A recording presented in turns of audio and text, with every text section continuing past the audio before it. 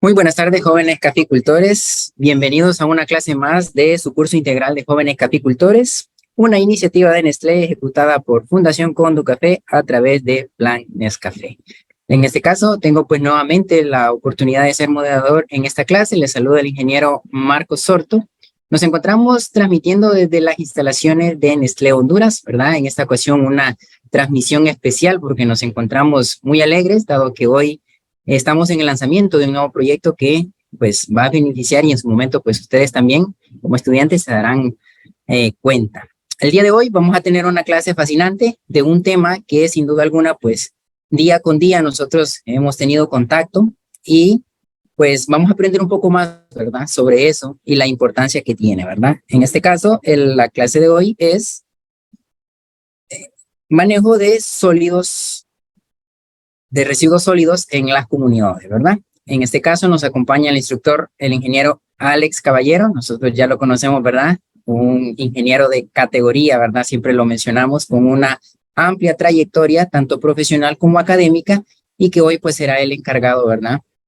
De impartirnos esta clase importante. Algunas recomendaciones, como ya las conocemos, revisar nuestra conectividad de internet o nuestros datos móviles para que la experiencia con la clase sea la mejor, tener a mano nuestra libreta para poder tomar los anotes más importantes y tener pues a mano las preguntas para nuestro ingeniero del día de hoy.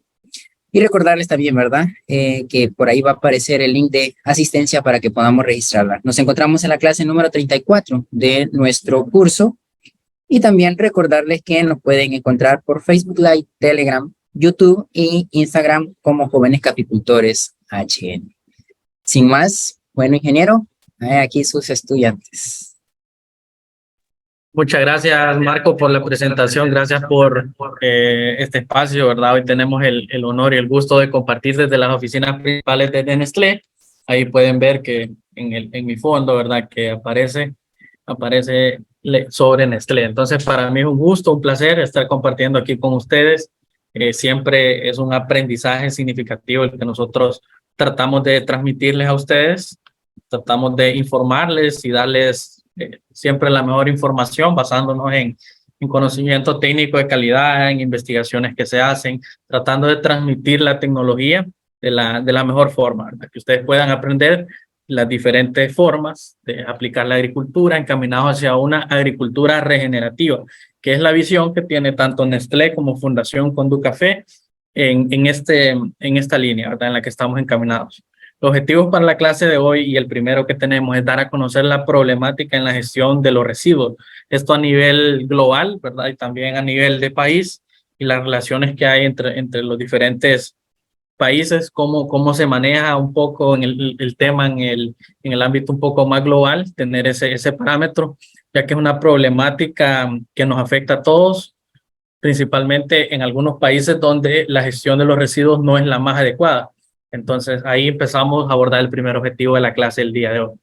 El segundo es identificar actores en la cadena de gestión, actores en la cadena de gestión de cómo pueden implementar estas prácticas. Aquí estamos involucrados todos, ¿verdad? Sociedad, gobierno, empresa privada, organizaciones no gubernamentales. Todos tenemos un impacto, ya sea positivo o negativo, en la cadena de gestión o también como se le conoce una cadena de valorización de los residuos. Y como tercer objetivo, proponer soluciones viables para el manejo de estos residuos. Entonces, no podemos solo identificar el problema y no pensar en la solución que tenemos a la mano. Y esto es algo bien importante, ¿verdad? Que lo puedan tener ustedes siempre en cuenta, que para cada tipo de residuo siempre hay un sistema de disposición. Es una disposición ya sea que pasa por un sistema de tratamiento o una disposición que va a otro proceso o una disposición final. Entonces, bueno, estas son algunas de las imágenes con las que yo quiero empezar a hacerles énfasis, a mencionarles, ¿verdad? Que existe una problemática casi global. Esta es una de las carreteras, no por mencionarlo, pero a nivel de Honduras, ¿verdad? Esta es una de las carreteras más importantes, la CA5. A orilla de carretera podemos ver, ¿verdad?, que hay una mala gestión, una inadecuada gestión de los residuos, porque mucha gente solo se detiene ahí y deja la basura, ¿verdad? Entonces, esto genera una problemática de contaminación, genera olores, genera que haya un problema que afecte la salud de las personas, en este caso. Y no solo ahí, ¿verdad? Podemos encontrar en las diferentes ciudades, no solo de Honduras, y también en los diferentes países. Yo he visitado algunos de nuestros países hermanos y en ciertos lugares, sobre todo en algunas zonas específicas, uno puede encontrar que siempre hay una mala disposición de los residuos. Eso viene a ser como un tema un poco cultural, ¿verdad? A veces nosotros vemos que vamos por la vía, vamos por la carretera, de repente vemos que alguien abre la ventana y tira una bolsa de churro, tira una botella de refresco. Entonces, todas esas conductas relacionadas con la cultura, relacionadas con los malos hábitos, son los que finalmente afectan la salud de las personas y de los que todos los que convivimos en este medio ambiente, ¿verdad? Aquí vemos que hay gran contaminación, ¿verdad? Hay liberación de olores, hay liberación de gases, dióxido de carbono, hay liberación de metano, de la materia orgánica en descomposición, ¿verdad? Que pasa por un proceso más bien como de pudrición, putrefacción. Entonces, ¿por qué no se le da un buen manejo? Ahora, la cantidad de plástico que genera, hay diferentes estudios dependiendo del tipo de plástico que mencionan que se tarda entre 100 a 500 años, dependiendo del tipo de plástico, en poderse degradar o incorporar a lo que sería la tierra. Entonces, si nosotros estamos en este contexto de una problemática y la empezamos a identificar, vemos que hay que tomar una acción significativa. ¿Y cuáles son los pasos para tomar acción? Primero, tener que concientizar un poco a la gente, ¿verdad?, de que esto no es una buena práctica, no es una buena praxis que podamos nosotros hacer. Un botadero a cielo abierto no es un lugar de disposición final de lo que son los residuos. En este caso lo podemos ver en diferentes fotografías que yo he obtenido cuando salgo ahí al campo a hacer algunas actividades y veo que se genera ese problema. No en todos lugares se da, siempre hay gente que tiene esa virtud, esa constancia de aprender a manejar sus residuos. Algunos se la llevan en su propia maleta, no necesariamente tienen que depositarla o arrojarla a la calle. Entonces, ese es uno de los problemas que tenemos con el tema de la gestión de los residuos. Esta es la capital de Honduras, Tegucigalpa, no es por echar mala fama, pero sí hay algunos lugares, ¿verdad?, en los que la gestión de los residuos no es la más adecuada. No es la más adecuada y al ser una problemática tan grave, esto viene a impactar en lo que es la salud de las personas, ¿no? Aquí, imagínense eso a la intemperie. Entonces vemos roedores, vemos animalitos que andan libres o sueltos en la calle, que están alimentando ahí de la basura, hay generación de moscas, malos olores. Entonces, esto no es un buen ambiente propicio para la salud pública, ¿no? Entonces, esto, ¿cómo lo empezamos a ver nosotros? Empezamos a tener que tener un cambio de mentalidad, un cambio de actitud. Esta es otra zona, ¿verdad?, que ya no voy a seguir diciendo los lugares porque puede que algunos se vayan a ofender y vayan a decir que, pero no, esta es una de las problemáticas que nosotros tenemos a diario, todos los días que nosotros vamos y venimos del trabajo y vemos esta condición en algún punto, vamos a decir, no, esto no es correcto. Y si alguien no se ha fijado y hasta el día de hoy empieza a pensarlo, esto es un problema generalizado, ¿verdad?, que nosotros encontramos en muchos lugares. Otro ejemplo muy claro de la mala gestión de los residuos, y bueno, ya un poco más global, hay un mar de residuos entre Guatemala y Honduras. Ya esa isla, dicen algunos que la han medido incluso satelital, mide más de 16 kilómetros, ¿verdad? Así que pueden averiguar más de eso. Luego, aquí es una oportunidad que a nivel de país, entre países, nosotros podemos crear alianzas y empezar a entender, ¿verdad?, que es una problemática que nos afecta a todos. Y si bien es cierto, ¿verdad?, esas aguas son compartidas a nivel de vecindad entre los dos países, tenemos que tomar acciones que puedan orientarnos a corregir este problema. La ubicación de este lugar, y la estamos obteniendo del Ministerio de Ambiente de Honduras, ¿verdad?, esta información. Esto es entre la bahía, ¿verdad?, que comprende la bahía de Omoa y el río Motagua, ¿verdad?, una zona fronteriza entre Guatemala y Honduras, donde vamos a encontrar esa isla que tiene grandes niveles de contaminación por residuos, ¿verdad?, que provienen de ambos países. Entonces ahí es donde nosotros tenemos que cobrar conciencia y empezar a tomar acción. Bueno, ya luego de un panorama un poquito más amplio, vamos a hablar acerca de un informe que hizo el Banco Mundial. El Banco Mundial generalmente genera muy buenas estadísticas y ustedes pueden encontrar los informes que generan, informes anuales de las actividades que ellos generan y los proyectos con los que apoyan a los países y también los estudios que ellos hacen. En ese estudio que se llama Waterways 2.0 del Banco Mundial, World Bank, nosotros podemos encontrar una distribución de qué es lo que nosotros tiramos a la basura y en qué proporción nosotros lo hacemos. Ahora, según los datos que ellos nos muestran,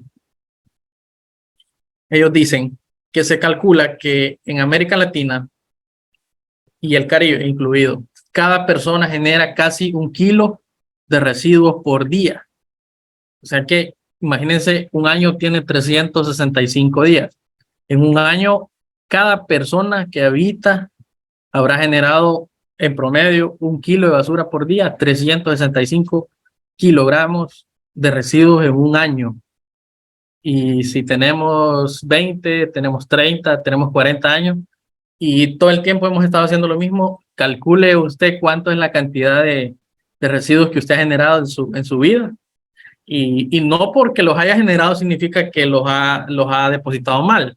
No porque usted los haya generado significa que usted los ha tirado a la calle, no los ha depositado mal o ha contaminado algún paisaje.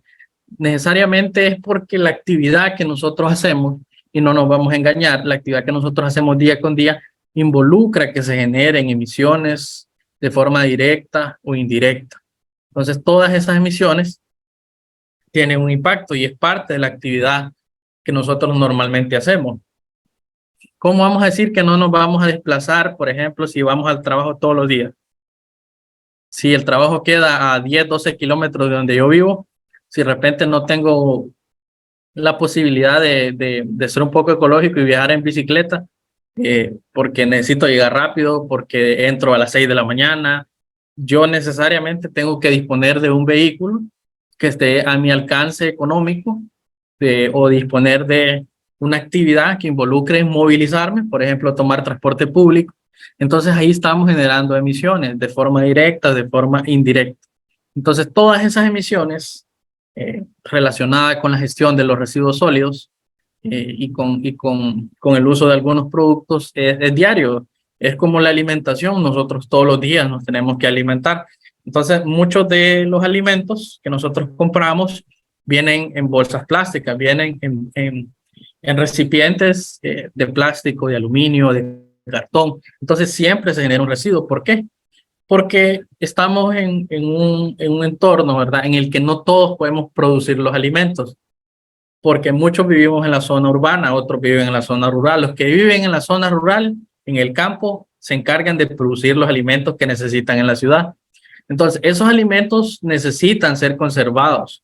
Entonces, la manera en la que se conservan es en empaques plásticos, en empaques de cartón. Entonces, todo eso genera emisiones, ¿verdad? Emisiones y genera contaminación.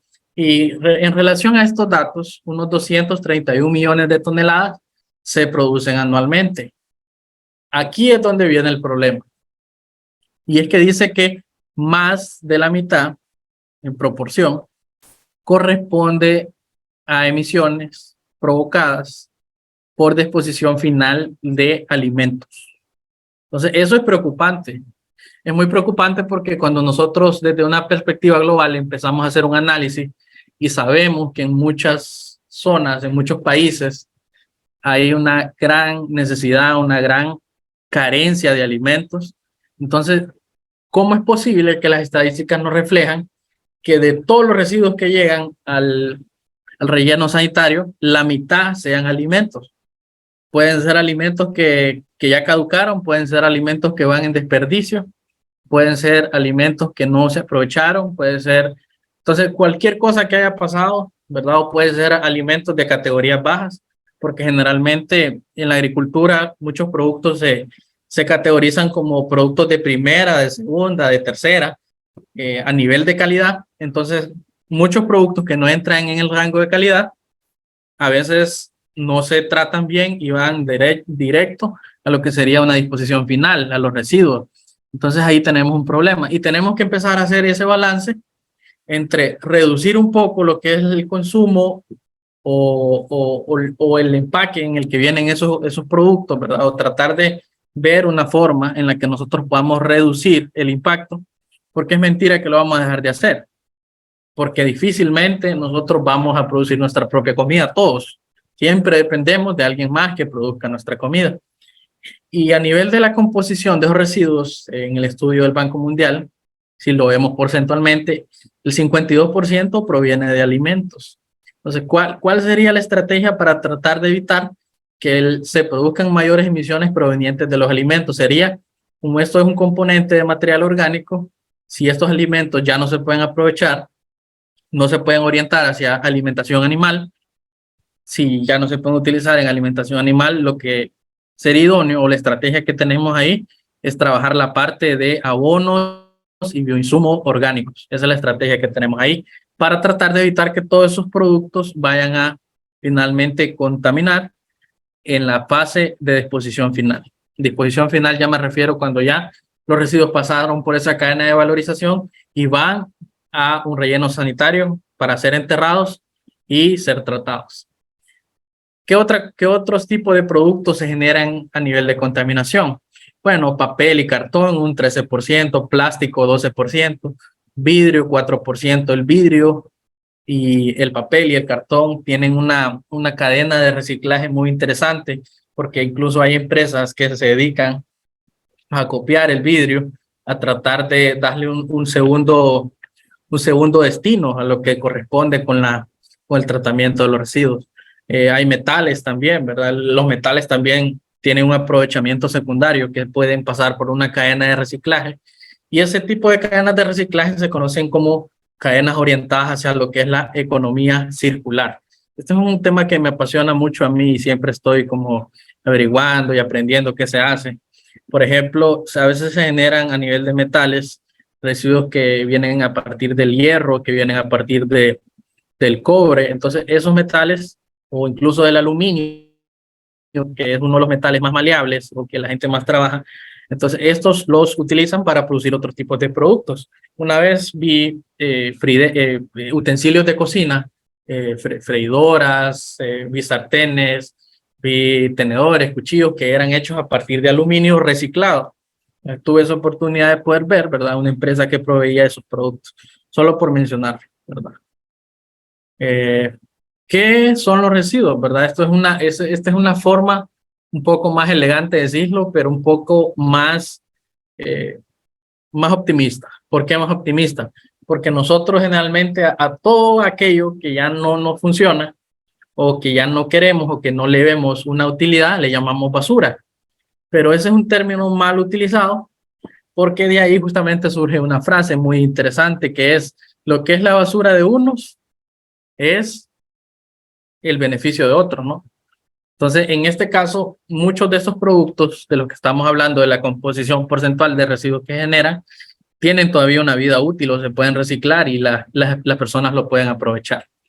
Y entonces, en vez de decir basura, hablemos de residuos sólidos, porque es un contexto que tiene que ver con valorizar aquello que todavía tiene una vida útil.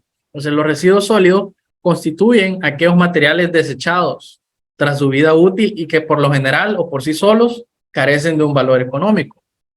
No necesariamente todas las latas de refresco o de jugo que quedan después de haberlos consumido, usted le ve un valor económico, no necesariamente.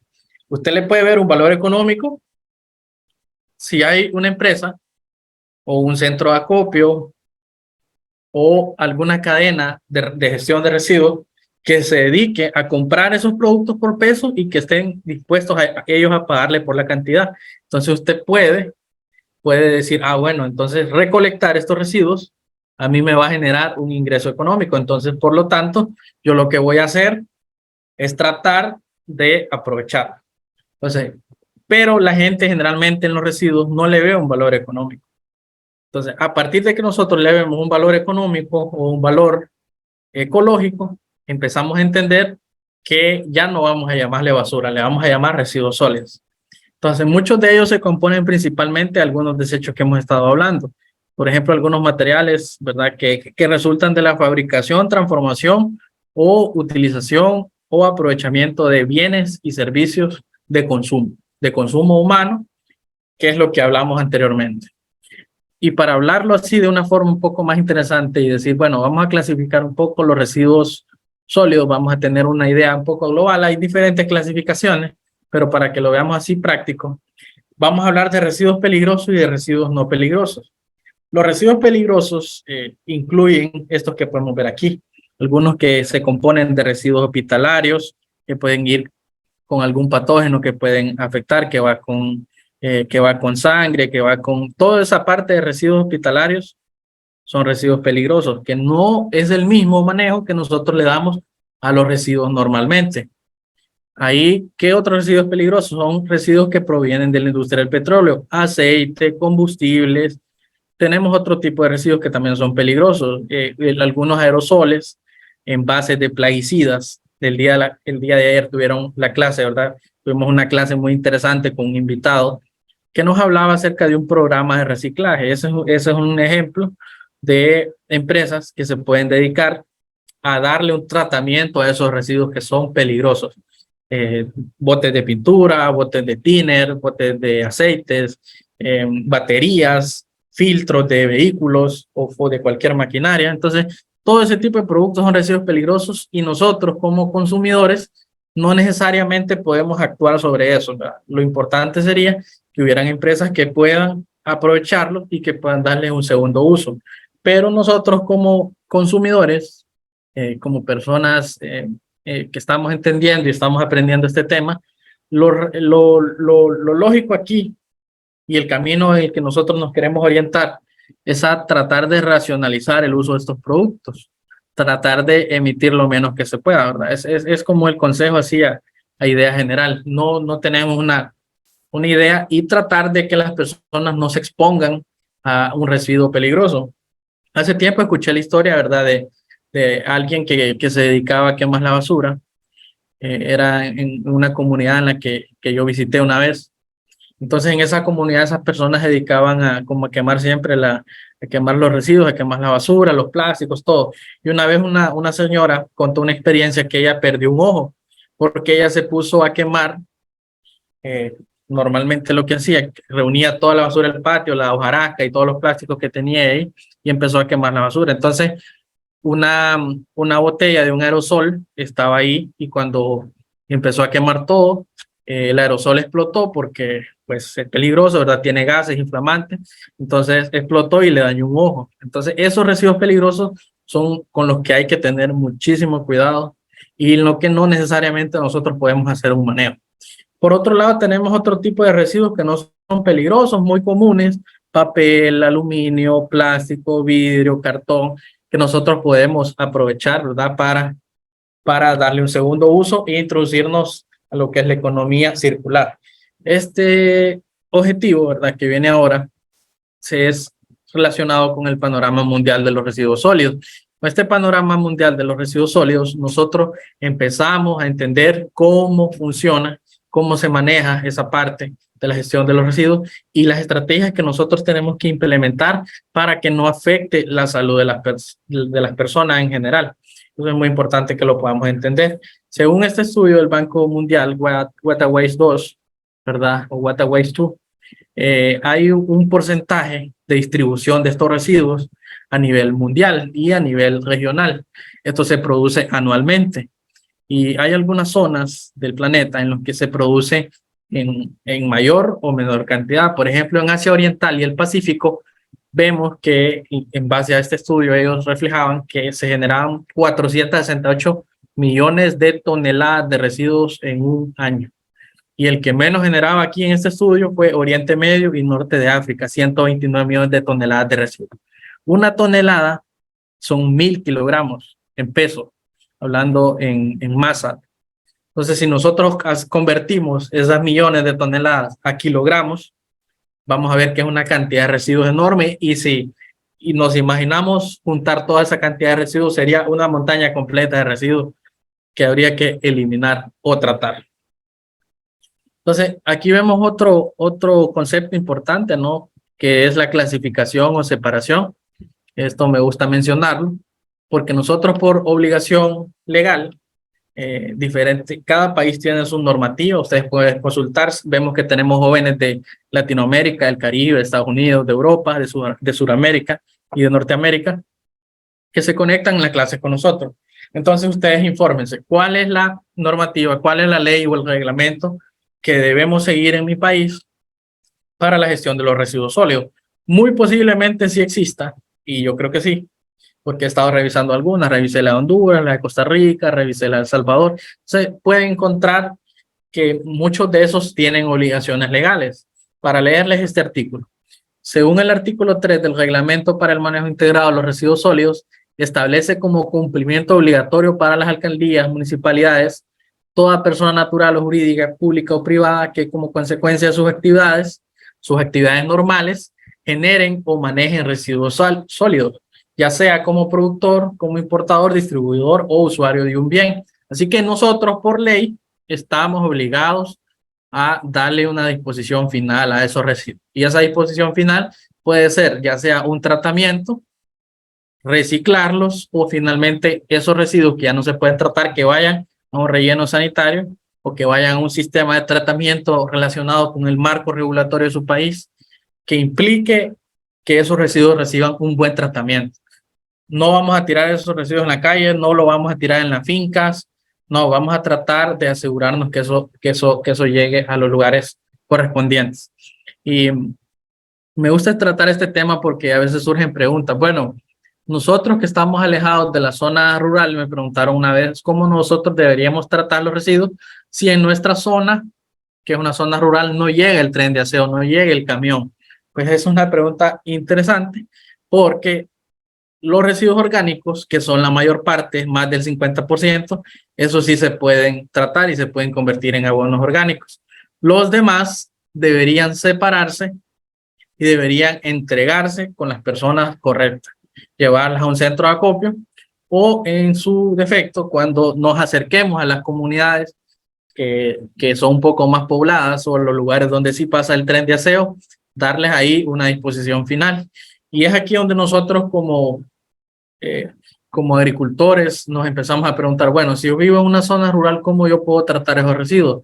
No voy a dejar en el campo tirado todo eso, ¿va? Tengo que hacer un cambio y decir, bueno, no voy a dejar esto aquí, yo esto lo voy a remover y lo voy a llevar a una zona donde sí pase el camión recolector y se lo lleve. Esa sería una de las estrategias. Bueno, y todo el mundo a veces en el marco legal, en el marco de hoy en día, alineados con los objetivos de desarrollo sostenible, con todo lo que los países, los gobiernos y las empresas privadas están haciendo para fomentar que esto sí se dé, y es el reciclaje, ¿no?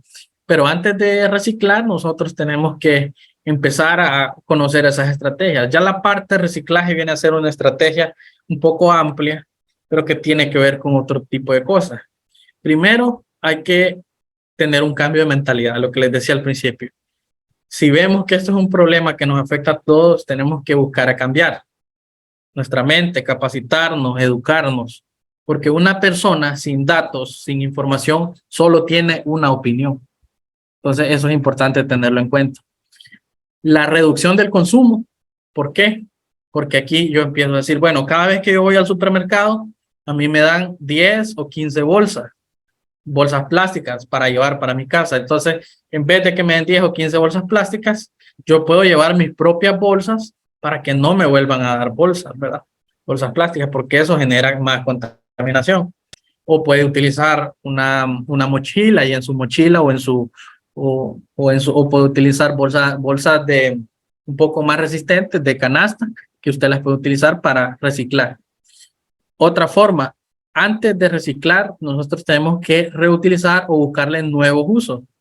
Yo recuerdo una vez que nosotros teníamos en mi casa un sofá, un sillón que ya no lo ocupábamos, pero nosotros no lo botamos. Alguien llegó y dijo, bueno, si ya no lo quieren, nosotros lo pusimos afuera y alguien se lo llevó. Entonces, darle un nuevo uso no necesariamente tiene que hacer con un proceso complicado, ¿no? A veces un nuevo uso sería que usted le pueda donar a alguien que pueda necesitar ese recurso que todavía tiene vida útil antes de que se dañe por completo, y si esa persona le sirve, entonces viene a ser un beneficio para esa persona y para el planeta, porque tratamos de alargar el mayor tiempo posible ese recurso.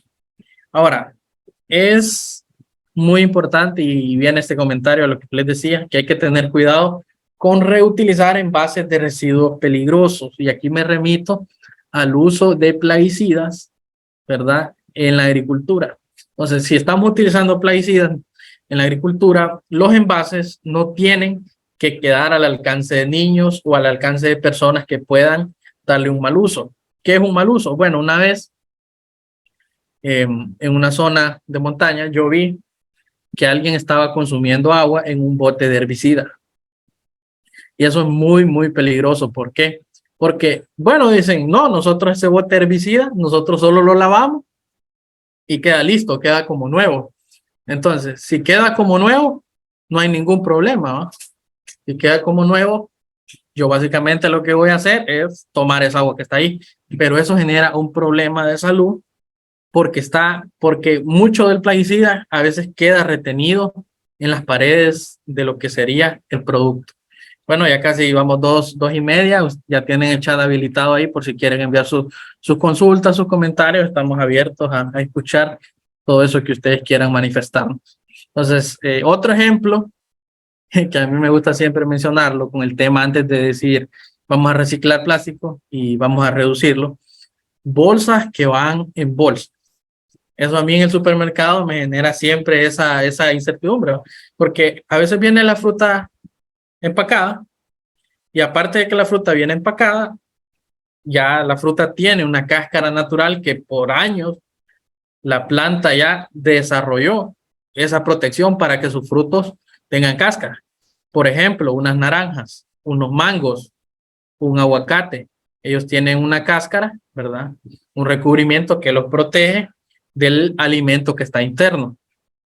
Entonces, si nosotros esos productos que ya vienen protegidos los metemos en una bolsa, pues esos productos ya vienen en un empaque plástico sellado con una película plástica clarita y aparte de eso, lo metemos en otra bolsa, ahí estamos contaminando más porque sería bolsas en bolsa. Entonces ahí estamos generando un residuo que no queremos. Inconscientemente muchos lo hemos hecho y me incluyo también en algún momento. Hemos tenido esas malas prácticas, pero para eso estamos aquí, para conversar, identificar oportunidades de mejora en la gestión de los residuos. ¿Qué vamos a hacer nosotros en esta imagen? Es una de las que me gusta mucho. En un mundo ideal, en un mundo en el que nosotros deseamos cambiar, necesitamos adaptarnos, queremos una agricultura más sostenible, queremos generar menos desechos, menos residuos. Entonces, ¿qué vamos a hacer? Si ustedes se fijan, antes de llegar a eso, o que el mundo sea utópicamente perfecto, hay que hacer muchas cosas, muchas acciones. Y el último eslabón es disponer. Disponer es finalmente ya eliminar esos residuos que quedan, por ejemplo, en un relleno sanitario, que es un punto en el que ya esos residuos ya no tienen vida útil. Pero antes de disponerlo, hay que evitar, hay que reducir, hay que reutilizar, hay que valorizar, hay que tratar y finalmente disponer. En ese orden lo vamos a hacer. Hay diferentes tipos de plásticos que también se generan en la industria. Generalmente los plásticos que más se pueden reutilizar son plásticos que vienen de botellas de refrescos, unos que otros plásticos que son de baja densidad, se pueden reciclar muy bien. Generalmente hay otro tipo de plástico como plástico de alta densidad, ¿verdad? Que es un poco más complicado por el tipo de material reciclarlo. El estereofón, por ejemplo, ¿verdad? Que es un plástico que nosotros definitivamente le recomendamos a la gente que deje de utilizarlo porque es un plástico que no se puede reutilizar y que requiere inversión de alta energía si nosotros queremos darle un tratamiento adecuado. Hay otros tipos de materiales que se generan, por ejemplo, metales como aluminio, el acero, el cobre, el hierro galvanizado, el acero inoxidable, que esto proviene de lo que es la industria de la construcción. Entonces, ¿qué hace alguna gente? Bueno, empiezan a reciclarlo. Hay empresas que se dedican a acumular los residuos provenientes de los metales y empiezan a darles otros usos. Eso es importante tenerlo en cuenta. Tenemos el papel y el cartón, ¿verdad? Que el papel blanco y el cartón siempre se utiliza y esto es importante mencionarlo, siempre tenerlo en cuenta, ¿verdad? Que el papel y el cartón tienen ese efecto, ¿verdad? Por ejemplo, podemos reciclar en mayor o menor cantidad el papel blanco. Eso lo utilizan para hacer más papel reciclado Y es de una de las ventajas que tiene el papel blanco, es que tiene menor cantidad de lignina y es un poco más fácil para biodegradar, ¿verdad? Se incorpora con otros componentes de papel y nosotros lo podemos aprovechar. El papel periódico es un poco más grueso, tiene más cantidad de lignina y requiere otros procesos, ¿verdad? Para poderlo tratar. Ahora, se estima que reciclar, este es un dato importante, ¿verdad? Que nos lo provee FAO. Se estima que reciclar la mitad del papel mundial evitaría la tala de 20 millones de hectáreas de árboles. Estaríamos hablando de 81.000 kilómetros cuadrados de especies forestales. Esos son algunos datos que han hecho esas estimaciones. Otro tipo de residuos que se generan son los vidrios, que se obtienen a partir de arena de silicio, carbonato de sodio y carbonato de calcio. Hay diferentes tipos, estos se clasifican de diferente color, hay claro, color un poco más oscuro. Estos están hechos para proteger la bebida, algunas bebidas, ¿verdad? Que su producto puede ser más sensible a la luz, entonces por eso son un poco más oscuras. Entonces, cuando se clasifica el vidrio claro va en un lado y el de colores va en otro lado. Eso es importante mencionar. Otra forma de aprender lo que es la clasificación, por ejemplo, uno puede tener un solo contenedor en el que deposita todo y tienen otro, lo que son los ordinarios. Puede hacer una recolección más eficiente, ¿verdad? Puede involucrar a gente para que haya más participación, haya mayor trabajo de todos los involucrados en la gestión de los residuos y posiblemente el producto, ¿verdad? Va a ser un poco diferente, producto final. Hay otra forma de clasificación teniendo dos contenedores. En un contenedor puede utilizarlo para papel y cartón para tratar de reciclar eso. En otro puede tratar de separar lo que son los vidrios, botellas y bolsas, ¿verdad? Para tratar de que estos no se mezclen y no afecten uno la calidad del otro, ¿no? Es decir, como que, por ejemplo, que el papel no se moje, que el papel no se manche con las botellas que va. Entonces, tenemos dos líneas diferentes en las que nosotros podemos separar los residuos o podemos tener una línea completa donde tengamos todos los envases y separar por cada una de las categorías o subcategorías. Por ejemplo, orgánico, plástico, cartón, vidrio, ordinarios. Entonces, todos esos los podemos tener si nosotros tenemos un buen sistema. Y aquí la gente siempre se pregunta, ¿y por qué vamos a separar los residuos si cuando viene el camión recolector los vamos a mezclar? Y esa es una duda magnífica que siempre me la hacen llegar. ¿Por qué separar si cuando viene el camión vamos a mezclar? No, usted va a separar para valorizar esos productos. Si usted sabe que usted puede vender el aluminio o cualquier metal o el cobre, por ejemplo, que también se recicla bastante, si usted sabe que hay un centro de acopio que le recibe el papel blanco y el papel periódico por aparte, si usted tiene espacio para hacer abono orgánico en su casa, ya sea zona urbana o zona rural, entonces le conviene separar los residuos para que tratemos de reducir ese 52% que miramos al inicio, que eran residuos de alimentos. Ese 52% ya no vaya finalmente completo a lo que es disposición final, sino que ese 52% de residuos que son orgánicos los tratemos, los convertamos en abonos orgánicos y nos sirvan para nutrir nuestras plantas. Y los demás productos como ser vidrio, como ser metal, como ser cartón, como ser papel, esos que vayan a un centro de acopio donde lo compren o donde se lo reciben. Entonces, estos centros de acopio tienen diferentes tipos de tratamiento o manejo. Algunos hacen una clasificación manual, otros utilizan sistemas más avanzados como imanes, otros se manejan por corrientes de aire, otros utilizan clasificadores o tamices para separar los residuos más grandes de los más pequeños, otros utilizan compactadores, otros utilizan maquinaria avanzada que les permite agrupar la cantidad de residuos. ¿Quiénes son los actores clave de la cadena? Y esto es algo que a mí me gusta mencionar. Todas las personas involucradas en esta cadena somos todos los que tenemos que producir, todos los que tenemos que hacer una actividad diaria. Como yo se los mencionaba al principio, 1 kilo de residuos por día durante 365 días. Todos lo hacemos. Se han hecho esos estudios, se ve todos los residuos que las personas generan, porque es inevitable que podamos contaminar. Si las acciones que nosotros tomamos es para tratar de reducir y cambiar nuestros estilos de vida que definan una nueva forma de actuar, una nueva actitud, un cambio de mentalidad, que era lo que hablamos al principio. ¿Quiénes son los actores clave de esta cadena de producción, de esta cadena de gestión? Tenemos las municipalidades, instituciones ambientales, ONGs, el gobierno central, asociaciones de productores, empresas privadas y la sociedad en general.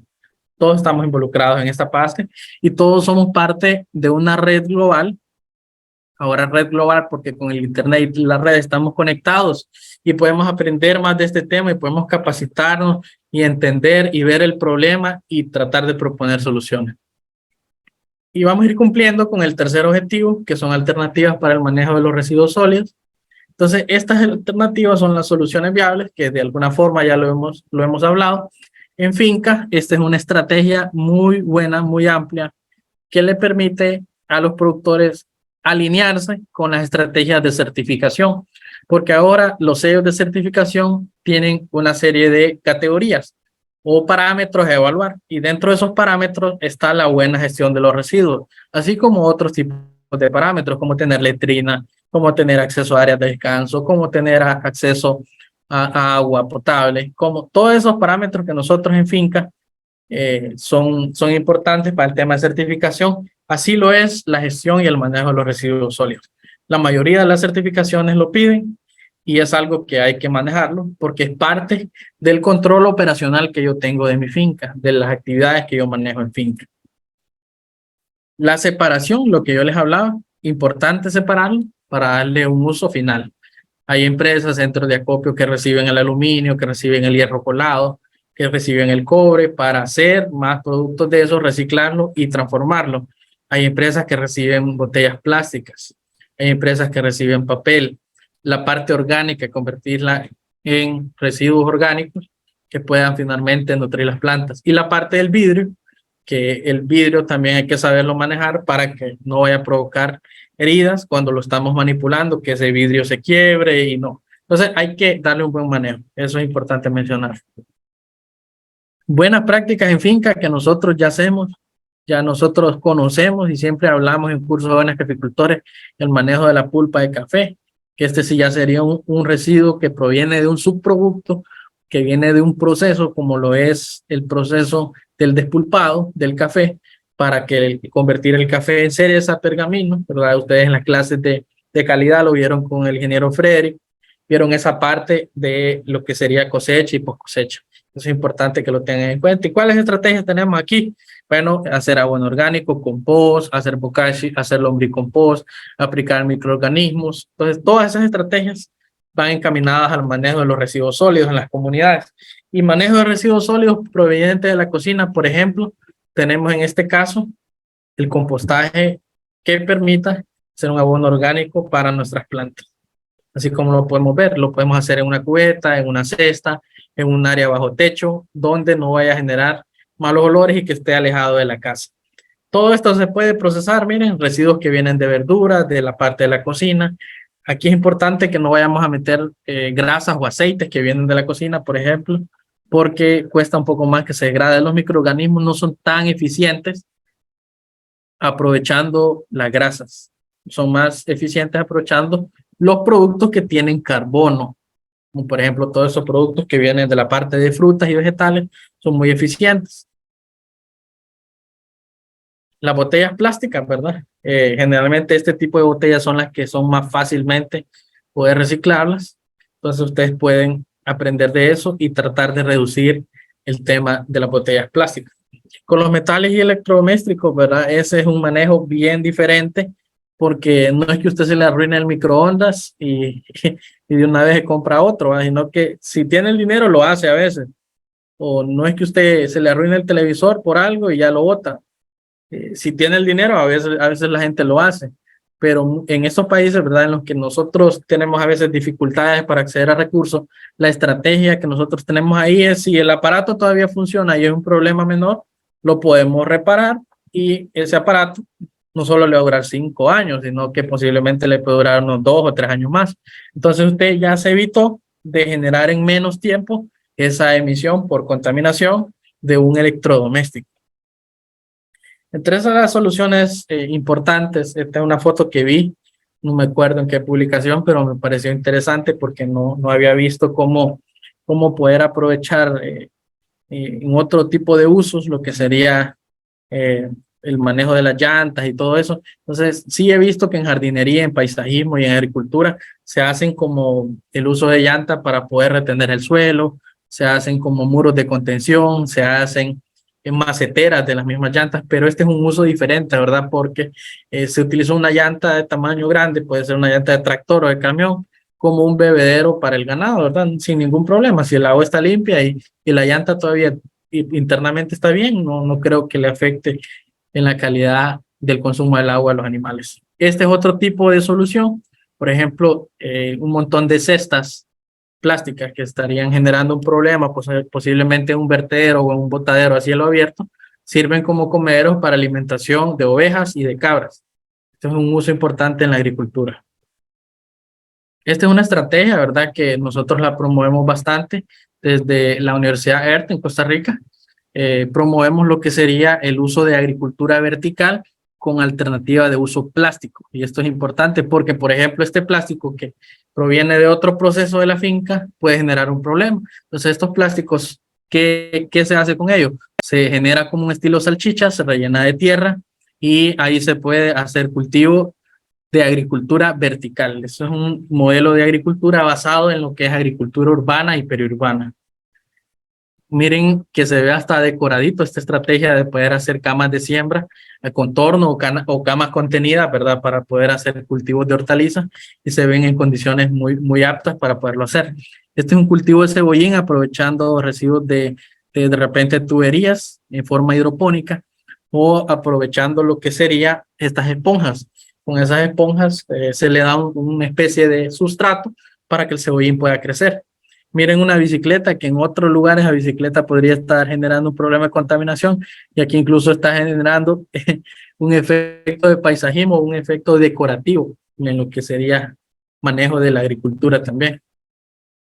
Y bueno, aquí haciendo un paréntesis, me gusta mencionar esto siempre porque son etiquetas que nosotros debemos aprender a leer y a identificar en cierto tipo de productos. Hay algunos que van a ir etiquetados, sobre todo algunos contenedores que pueden contener eso y que para nosotros puede ser peligroso. Y es que tienen esta simbología. Por ejemplo, este tipo de productos serían bioinfecciosos. Luego tenemos químicos peligrosos, que hay que alejarnos de eso.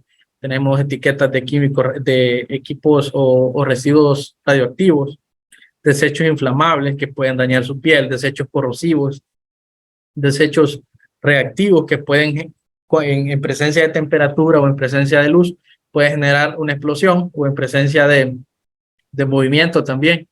Desechos tóxicos que pueden envenenar, citotóxicos que destruyen las células de la piel, incluso desechos explosivos. Todo eso hay que aprenderlo a identificar y generalmente aparece en color amarillo como una alerta de precaución que hay que tener en cuenta. Con eso hay que tener mucho cuidado.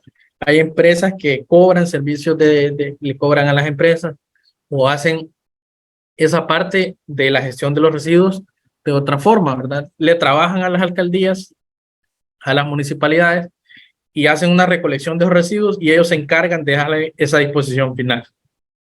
A eso hace relación este esquema color verde de aquí. Bueno, en un mundo post pandemia, después de todo lo que vivimos, no sé quiénes recuerdan que fue una época un poco difícil para todos, en especial para el planeta, podíamos encontrar que muchos de los residuos que se generaron en pandemia en ese momento fueron a impactar en el medio ambiente. Lo podemos ver en las fincas, lo podemos ver en las ciudades. Aún hoy en día lo podemos ver ya que oficialmente el 5 de mayo se dio el cierre a lo que fue la pandemia por la OMS. Entonces, quedamos con las secuelas de todo eso y parte de la contaminación tiene que ver con esos residuos que se generaron en ese momento y que no necesariamente son residuos que se pueden reciclar en el corto o mediano plazo. Entonces, esos van a disposición final. ¿Qué sería la disposición final? Y es con eso casi lo que vamos a terminar. La disposición final es cuando ya un producto finalmente no tiene vida útil, no es valorizable, ya pasó por todas esas etapas que hablábamos de reciclar, reutilizar, transformar, reducir, tratar, y entonces la última etapa era disposición final. Y para disposición final se utilizan lo que son los rellenos sanitarios. Los rellenos sanitarios son un espacio donde se depositan residuos sólidos de una ciudad o de una comunidad después de haber recibido determinados tratamientos. Esos tratamientos son reciclaje, filtración para evitar el tema de lo que sería el escurrimiento por la fase líquida de lo que son los residuos. Y el objetivo de esto es almacenar esos residuos, que ya básicamente sí, eso sí sería basura, son esos residuos que ya no podemos recuperar. Y esos rellenos sanitarios están ubicados en terrenos grandes, lejos de las ciudades, ¿verdad? Lejos de los pueblos, para tratar de evitar un efecto de contaminación cruzada. Entonces, esos rellenos tienen una forma de diseño muy interesante, como lo podemos ver en la foto. Ellos se mueve un diseño que permita recolectar los residuos, sería como una tipo bóveda en el suelo, que ha sido diseñada con una geomembrana, un geotextil, que permite recolectar también la fase líquida, la fase gaseosa y la fase sólida. La fase líquida, que se va por la exhibición, va por una tubería vertical, como lo vemos en esta foto, y se recopila o se recibe aquí. Por otros efectos de tratamiento secundario o terciario, esa agua que se escurre de lo que serían esos residuos, por evaporación se trata de sacar la fracción líquida y la parte orgánica se procesa por aparte en forma de lodos activados con microorganismos. La parte de residuos sólidos queda almacenada y a medida que va avanzando el tiempo se va recubriendo con diferentes capas de tierra.